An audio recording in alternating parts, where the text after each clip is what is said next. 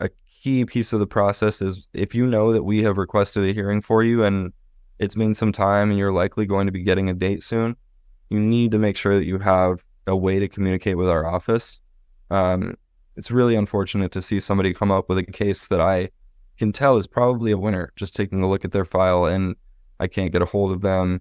I can't, their phone line is off. They don't have an email on file. Whatever it takes to get in contact with us, we will get it and we will contact you in any way possible. But I think just finding some way to maintain communication with our office is key, because there's countless ways that you can get to us. I mean, you could send us something in the mail, you can send us something in the portal, you can text us, you can email us, you can call us. I mean, smoke signal, whatever it takes, because like getting that hearing date is hard. It takes a long time, and then we want to make the most of that and not have to postpone it or sacrifice it altogether. So I think that's the other key thing, is just finding some way to maintain consistent communication with us.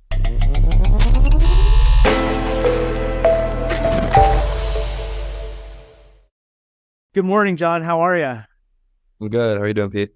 I'm doing great. Thanks for asking. So I really appreciate you spending some time with me this morning, because, I do know how busy you are, especially you. But I do want to take this time to introduce you to, our clients and some potential clients, and then just whoever may be watching, because I think the role you play at Evans Disability is such a huge role and very, very quintessential to kind of what we do. But before we deep dive into what you do and kind of the process of what that looks like, why don't you let's just start with some background. Like, why don't you tell the folks a little bit about who you are, where you come from, and then maybe how you ended up here? Yeah. So hello, everyone. My name is John. I was born on the Oregon coast, but I grew up in Ashland, Oregon. So I've been in Oregon for pretty much my entire life. I went to both Lewis and Clark College in Portland and graduated from the University of Oregon with a degree in political science and philosophy. Growing up, I was very involved in sports, but also debate, and debate kind of fueled my interest in a law career, legal processes, and I eventually ended up getting a scholarship to go to Lewis and Clark for debate a few years ago, and that was a big part of my life. I think that it definitely directed me towards this path, and now I'm almost 100% certain that I want to go to law school. Once in a while, I get a little shaky on that, but it's definitely something I care about, and this job has made me a lot more interested in it. Like I said, I grew up in Oregon pretty much my whole life. I'm a big Oregon State Beavers fan, as Pete knows. Weekend last week. But in my free time, I also like to play basketball. I listen to a lot of music and a very wide variety. My parents have very different music tastes, so I grew up listening to a lot of different stuff. And I'm also very interested in Supreme Court decisions. I think that that's an odd hobby that I have, is just reading those. I got very into that in a constitutional law class I took at Lewis and Clark, and kind of still just do it in my free time, which I think some people find odd, but I find it very fascinating. And I am here, I think, because I really just do want to help people, and I'm also very driven by learning about law, finding ways to use it to help people, and learning the intricacies of policies has just always been very interesting to me. Well, that's it is a unique hobby. You'll get, if you decide to go to law school, if and when you decide, you'll get a lot more of reading constitutional law in your con law classes, which are required classes in law school.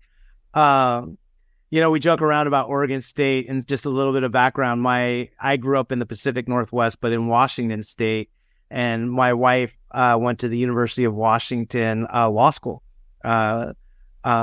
And is a Husky. So, our family is kind of more UW driven.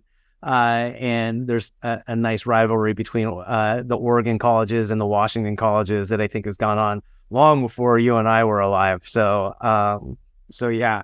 So how did you end up here? Why don't you tell folks how we ended up finally meeting and you getting working here at Evans Disability? Yeah, absolutely. So I was working at an estate and probate firm right out of college when I moved back up to Portland from Eugene. And it was enjoyable at first, but I think I was just finding it was not very rewarding. I wasn't feeling like I was really helping people in any way. And although I was building my resume a bit, I was looking for something that felt like it had a bit more of a purpose. And I had been looking for jobs for a couple of months, not finding much success in that, not really finding anything that actually interested me. And then I ran into a friend from high school who was with Simon, a previous employee of ours. And he told me that your firm was hiring and definitely made the job sound a little easier than it is and a lot more fun than I think some people would expect. But I did find out that it actually is just as fun as he said. And I began as just like an entry-level legal assistant here, and then eventually ended up fairly quickly replacing Simon when he went off to law school as the director of hearings case management, which has been very enjoyable and is not what I expected coming into this, but it's definitely an outcome that I was very happy with. Yeah. No, we love Simon, and we're cheering on his success as he's gone off to law school. And the irony is that when I met Simon, he and I had a very similar conversation that you and I are having right now, just about like, oh, I'm sort of interested in law school. I'm not sure. And then he worked with us for, I want to say at least a couple of years, and then ended up deciding to pull the trigger. And so I actually stay in touch with him a little bit here and there as he's on his journey through law school. So yeah, so you have been promoted and have really been a kind of a shining light in our firm. And one of the things that I've noticed and that really speaks volumes to you is not just that you're hyper intelligent and have all the makings of what's going to be a great lawyer from an intellectual standpoint, but also that you care, and that you want a rewarding job. Yeah, excuse me. And so, and you care about our clients, and you care about not just just the case law of it all, but, how does this affect their life? So what does the director of case management do? Yeah, definitely. So hearings level, once somebody's denied at the application level, obviously we appeal that for them. They go to the reconsideration stage. And then if they're denied again at reconsideration, that's when we request a hearing before an administrative law judge. And so I assist clients throughout that whole process, which tends to be the longest part of the process in general. We request that initial hearing, and then depending on the hearings office, it can take anywhere from 10 to 18 or more months for us to actually get to that hearing date, sometimes even longer, depending on where we're at. But at that initial level, the process will request a hearing for them. And then there's probably going to be some wait time before we really hear anything. Social Security sends out some forms regarding the type of hearing that they're going to have. We typically recommend that our clients do phone hearings, which is a fairly new option that the hearings offices have. And we've just seen a lot more success with those phone hearings. So one of the forms that's going to come out is a right to object to a video teleconference hearing. So we usually recommend that our clients do object to that. And then we try to get most of our hearings scheduled to take place over the phone. I think that there's a few advantages to that. And then we do spend some time waiting till we get that notice of hearing, which is when the work really starts with those clients. We get that notice of hearing usually about 3 or so months prior to the date of the hearing, I would guess. There's a legal requirement that the notice of hearing, as you know, there's a legal requirement that the notice of hearing comes a minimum of 75 days before the hearing, but a lot of times we'll get it before. Yeah, I think it's about 90 to 100 is usually a good guess, around 3 months out. And then once we get that notice of hearing, that's when we actually have to start doing some real preparation.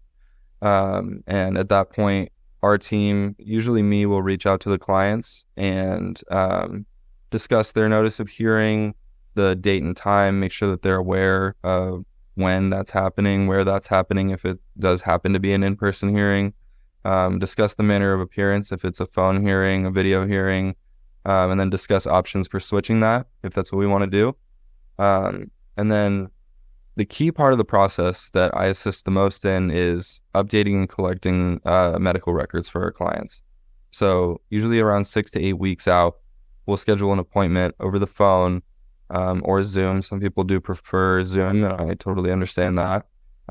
We'll set up an appointment and go through their entire medical record file with Social Security, which sometimes can go back 5-10 years. And I'll just go piece by piece through that, through each facility, each provider, and check with them what's missing. I know that when we request a hearing for our clients, Social Security will pretty much always stop collecting their medical records for them. Right. So at that point, we've got some work to do filling in the gaps. Right. So that's one huge benefit of having us represent folks, is that they don't have to do any collecting of their medical records. They don't have to go get their file. And we kind of do a deep dive into that with them.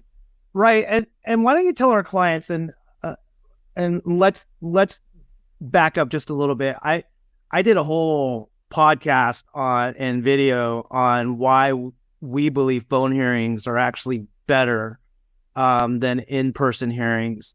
And what's your perspective on that aspect of it when you talk to clients like, hey, look, you could go in person, and there are times where in person might be better, but I do think it's a small majority of the time.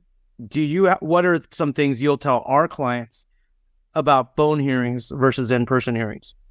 Yeah, absolutely. So I think that there's two different main benefits. The first is just logistical. It's going to be easier for you. You're not going to be as anxious and stressed out for that day if you know that you're just answering a phone call, and you can do it from the comfort of your own home. It's less likely that you're going to miss it or something's going to go wrong. But I think the primary benefit is strategic, and that's that the judge is not actually looking at you, and you're not appearing physically or via video. You're really just on the phone. And I think that what I've learned and what I have noticed with in-person hearings is that sometimes those judges will tend to develop opinions of your ability to work based on the way that you look, not a reflection of your conditions or your ability to work almost all the time. No, I agree 100%. Yeah. I think there's some discrepancies between visual appearance and what people are actually going through. Yeah, I agree 100%. And they're judges or human beings, and they're going to make a first impression based off of how you look, how you sit, how you move in that hearing room, which, in many cases, as we're trying to argue about, years of disability at a hearing level. And they're trying to judge a person on a, 45-minute or a 60-minute observation, which legally they're not even supposed to do that. But of course they do. I mean, they're human beings. The other misnomer I think that you brought up too, which is, part of our audience is our current clients, and part of our audience might be people who are thinking about being clients, is that at the application and reconsideration level, Social Security orders medical records for you, for the claimant.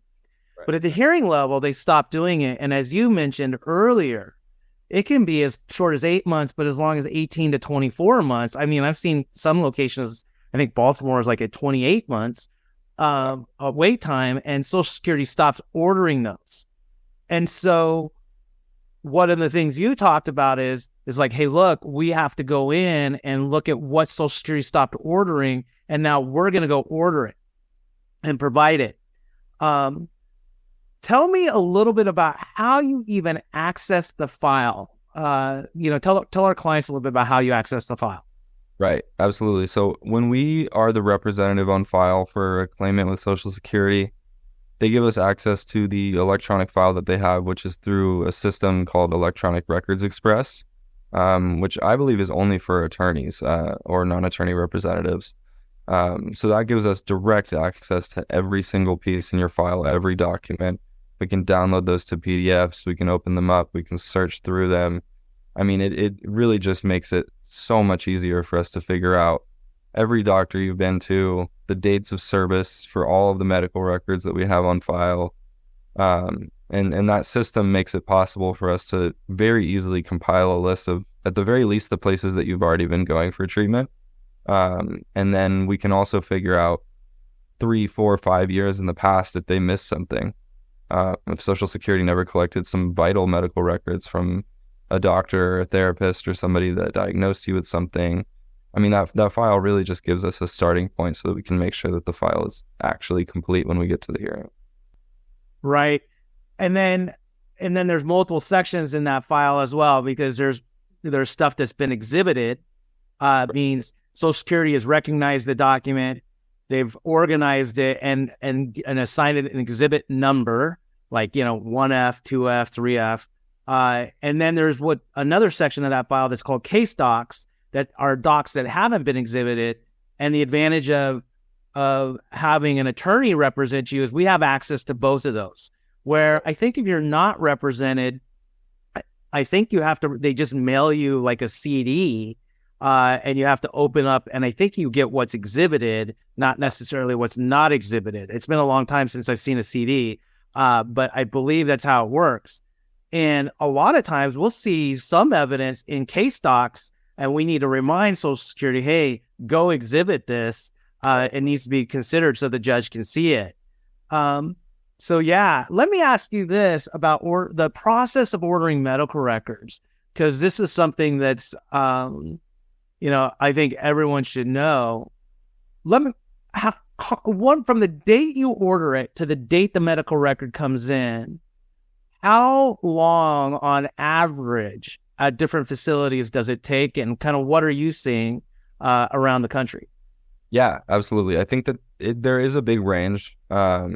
Some of these big facilities like OHSU and Kaiser, if I send in a request and I mark it as urgent and I follow up the next day, we might get the records in 48 hours. But I think a reasonable average to expect is 2 to 3 weeks. Those records should be back in 2 to 3 weeks, but it can definitely be a bit longer. And I think that the places that we see it take the longest can be therapy offices, physical therapy counselors. A lot of mental health facilities are a bit slower because they're just sending out less records in general, and B, a little hesitant to send records sometimes. So sometimes we have to contact them and advise them that the judge needs to see all of the records and that it's critical to the case.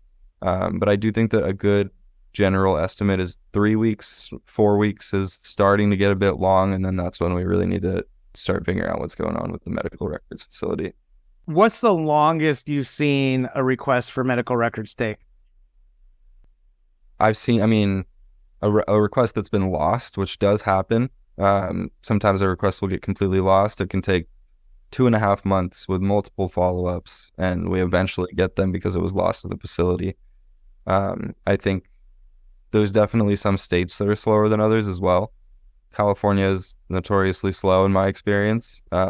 So it can be 5 to 6 weeks. And I think my expectations are a little bit lower for those facilities.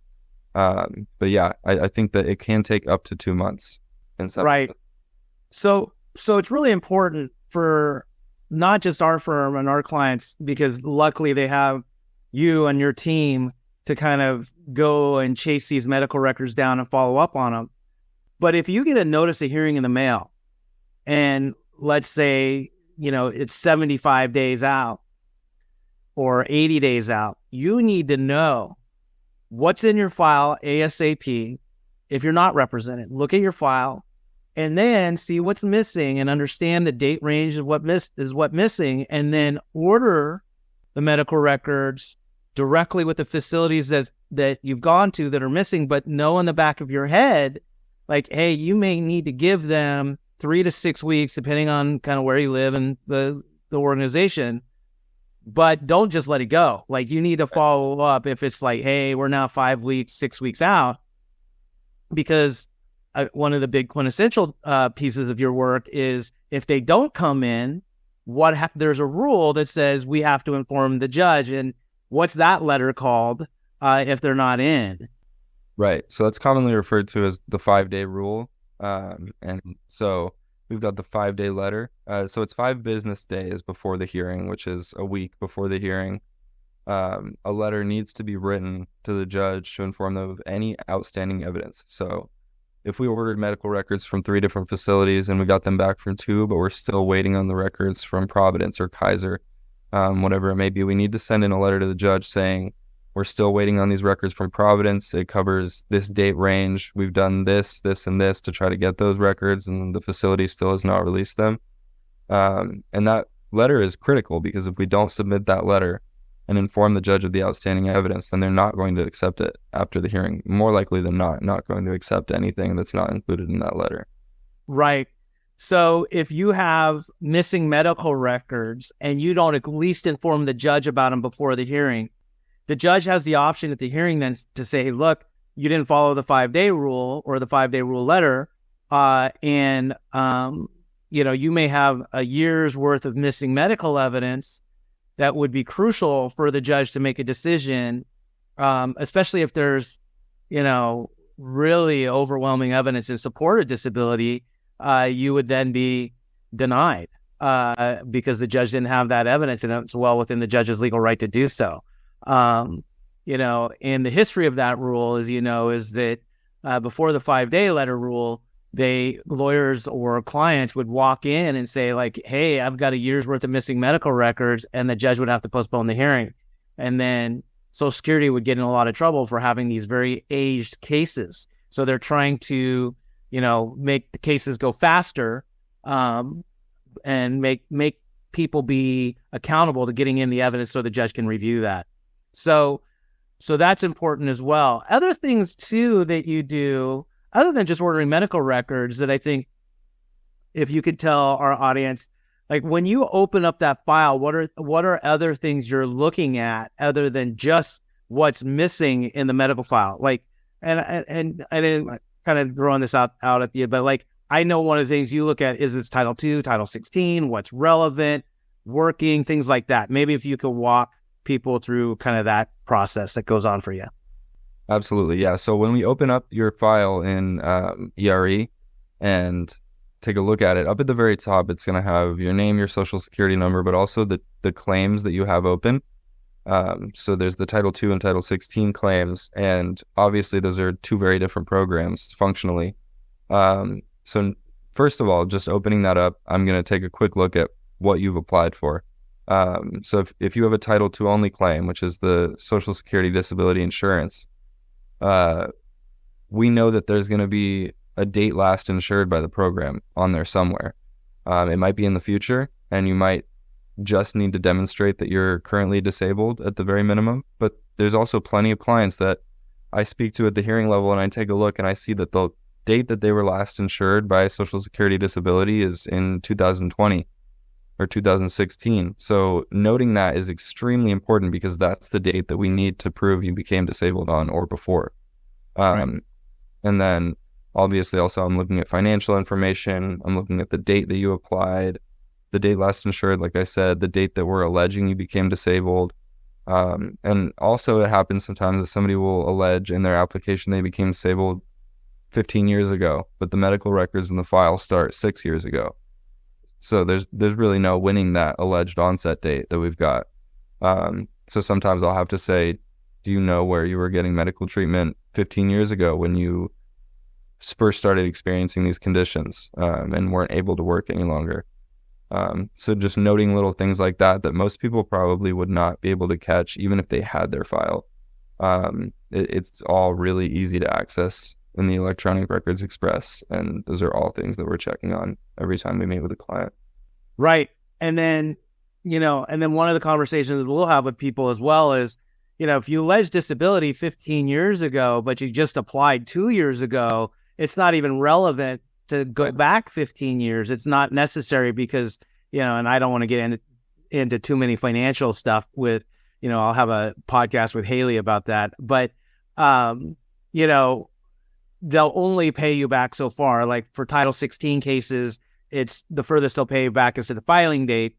And then for Title II or disability insurance benefits cases, the furthest they'll pay you back is 12 months prior to the filing date, plus you have to take into consideration the 5-month waiting rule. So, there's a lot of things that I know we ask you, or I've asked you to quickly analyze when opening up a case file, which goes to your analytical brain of yours. But and even if someone is working, that analysis about, okay, what evidence do we need? Or if someone's in school, like getting college education, because you do order more things than just medical records often, what other types of things will you end up ordering for our clients? Right. I think employment records can be very important. Like you said, school records can be very important. With employment, I think especially sometimes we'll send a letter to a previous employer requesting maybe the firing letter that they got, an explanation of why they were terminated, their pay stubs. We might need school accommodations, their transcripts from when they were in school.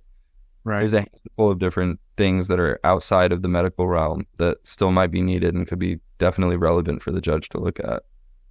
One thing thank you. Great answer. Because we do ask you to order, you do order a lot more than just medical records in many cases. And a lot of times too, we'll have talk to the client and say, do you have a supporting doctor? And we'll send one of our opinions out to that supporting doctor to see if they can get it filled out for the hearing and get that in as well, which can be amazing evidence. One of the things I was just thinking about for our folks who are not represented, tell them how easy it is for you, because our clients are represented. So you actually, once you get the medical records, to submit them. Because what do you do? Just the act of submitting them. It's unbelievably easy for me. Most of the time for these big facilities like OHSU, they will send me a secure PDF document. I open it up, I type in the necessary password using their format, download the file, name it, and add the dates, and then submit it. And it takes me 1 minute maybe. And you submit it via ERE as just like you upload it directly to Social Security, directly to that client's file. And the valuable part too is we get receipts from that as well. So we get an electronic receipt. We can prove that it's been submitted if for some reason there's an issue with the date of the submission or it not showing up in the file. Like, we have an actual document showing that it was submitted to their file on a certain date at a certain time. Right. And if you're not represented and you don't have access to ERE, I think either you have to personally go drop it off, right, or you have to fax it in or maybe mail it in. And our experiences with either dropping things off, faxing it in, or mailing it in, what typically have you seen happen when we've had to do faxes and things like that? Faxes are not a safe way to send things to the hearings office or Social Security. I mean, it's definitely a second option when we don't have access to the ERE. Sometimes it'll be down and I'll fax something and then submit it to the ERE the next day just to be safe. But faxes get lost, faxes fail. Things get lost by Social Security an unbelievable amount. And I think that anything that's not electronic and electronically confirmed is not fully trustworthy. Right. So then within our for our clients, once we get all the medical records ordered, and I know our clients have access to videos on our website to help we did a mock hearing video. We send them a kind of a pre-hearing conference video. We then assign them to one of their lawyers, and every one of our lawyers has, we have a former Social Security judge who's doing hearings for our firm, for our clients, to people who have done thousands of hearings. And so, I know that most of our lawyers, they are extremely experienced. What's next for our clients after that medical record and what internally we call the F section review or file review? What's next for our clients to expect? Right. So at that time, like you said, I'm going to send them out a pre-hearing packet. The pre-hearing packet is extremely useful. I think that covers a lot of the questions that folks have that it would take me a long time if I answered all of those questions for every single client I meet with. And I think that packet answers a lot of those questions a bit better than I might over the phone. Right. Got useful information on how to answer questions, what types of questions to expect, how to write a testimonial letter, the timeline. I think that the pre-hearing packet is very important. So they're going to get that after we collect their medical records. And then at that time, the sample questions right. in that packet. I mean, Yeah. a lot of people want the sample questions because, those sample questions I wrote out after I've done about 6,000 or 7,000 hearings. Right. And those are generally the types of questions. Now, every hearing is a little unique, so I can predict 95% of the questions the judge will ask. So that's that 95% of the questions are in that sample question packet, which is, something that we give to our clients to help prepare them. But go ahead. I'm sorry to interrupt. So then they get the pre-hearing conference packet from you, kind of the list of videos and links to all that. And then what else can our clients expect? And then they can also expect that they'll find out who their attorney is going to be. I might know, and they might know before that meeting to collect medical records. But at that time, I'll definitely let them know, oh, see, we've assigned your case to Dan Hyatt. He's a former Social Security law judge. I'm going to get you set up with an appointment to speak with him about 4 weeks out. So that's usually about 2 weeks from the time that we're collecting medical records. So I'll add that to Dan's calendar as he's available, get them set up to meet with the attorney, and then kind of set some expectations for when we can expect the medical records to be back. If there's any follow-up that they need to do, like if we determine that they've got a doctor who is willing to fill out a questionnaire, I'll send them that questionnaire. Essentially, at that time that we collect medical records, we get everything set so that there's really no questions that they should have left for anybody other than their attorney. Yeah. Yeah. And then if they want a deeper case analysis, we actually just, we hired a non-attorney rep who has worked for the firm for years, who's done hearings for the firm as well. And they can go in and set their own appointment on our website through Calendly on the Contact Us page. And you give them the username and password. It's on the pre-hearing conference packet. And then they can just log in, set an appointment, and they can do sample questions with Mervyn, or they can talk to Mervyn about their case in specific, and can hopefully help kind of walk them through that, or contact the lawyer they've been assigned to as well. But Mervyn's probably the easiest, that they can just set the appointment. So then after all of that, they go and then they meet with their lawyer. We do the pre-hearing conference with the lawyer, and then they go to court. And then what happens? Right. So after the hearing, there's generally not going to be any follow-up that we need from the client, but that's not always the case. There's a possibility that the judge is going to want you to go to a consultative exam after the hearing. But most likely after that hearing, you're going to expect a decision in about 6 to 8 weeks. I think it can take longer.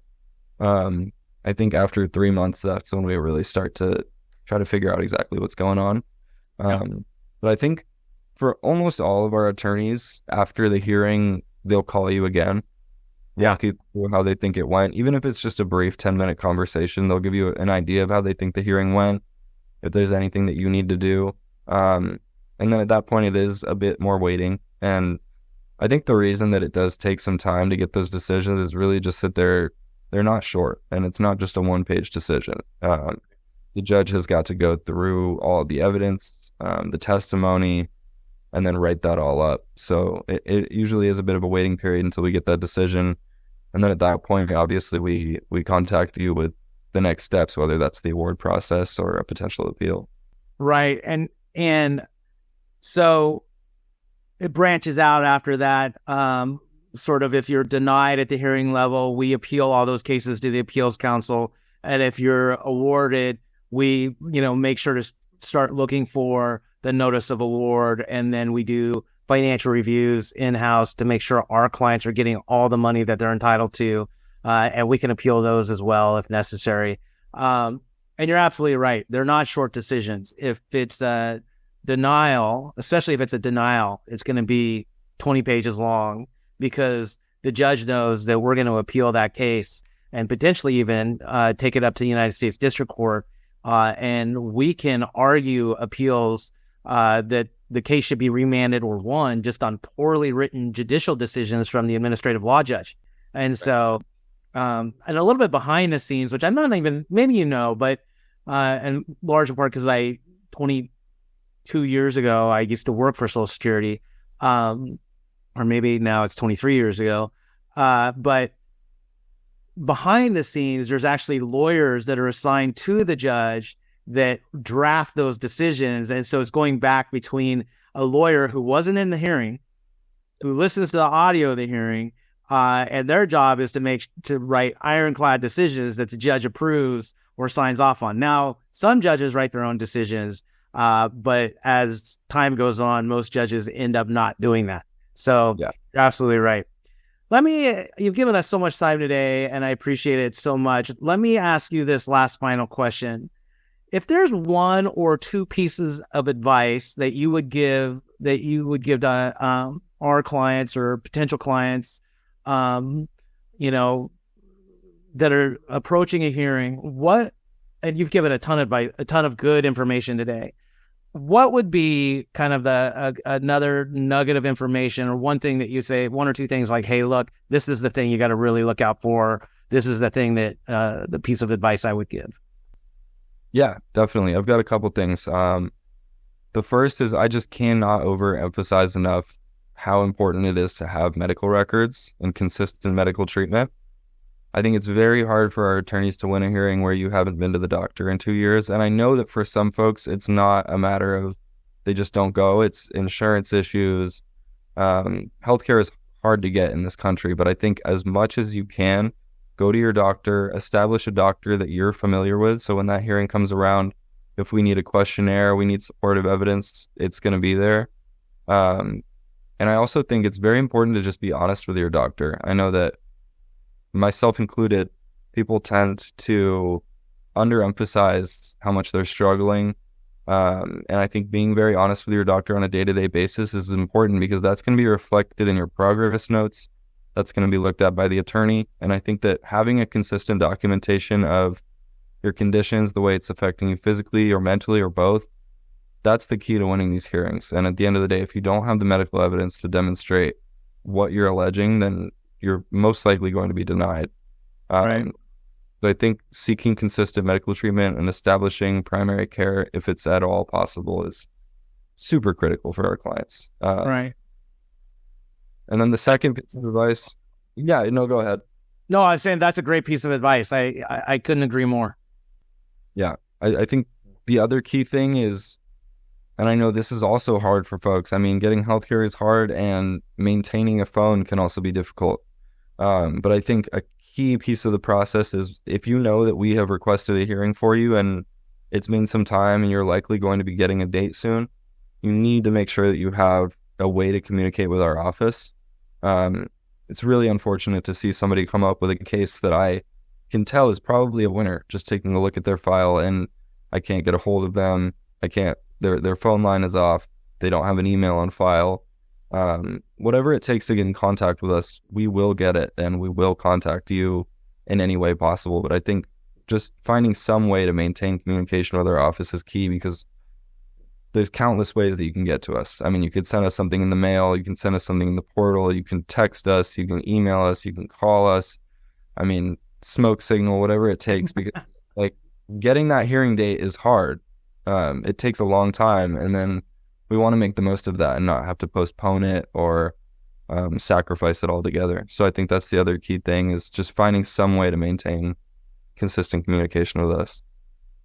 No, those are two great pieces of advice. I couldn't agree more. I guess one last thing that just kind of popped in my head I wanted to talk to you about, and just kind of, because I get this question a lot from clients, and I want to make sure we address this. In a lot of ways, we will talk to clients and say, hey, look, Social Security is going to order your medical records at no cost to you at the application. Social Security is going to order your medical records at no cost to you at reconsideration. So then we get to the hearing, and we'll get emails or a call saying, hey, and we're at the hearing level, and we know based off the hearing officer going to be in what we believe the estimated time frame wait will be in. And on the short end, it's going to be 8 months. And on the long end, it could be as high as 28 months. Right. why don't you order the medical records on a month-to-month basis and turn it in, Mr. Evans? Or why doesn't Evans Disability, like, I called you, I told you got this MRI, and go order it and turn it in. And there's several reasons we don't do that. Can you speak to that? And if not, I'm happy to speak to that, and maybe we can speak to it together. Yeah, absolutely. I mean, the primary reason that we don't do that and we want to collect the medical records right around 6 to 8 weeks before the hearing is because most of our clients live in states where there's a law that you get one free copy of your medical records through your Social Security attorney for your hearing, and for the appeal of a denial. So if we were to request medical records every month for 18 months for a client, they're going to pay for 17 of those requests.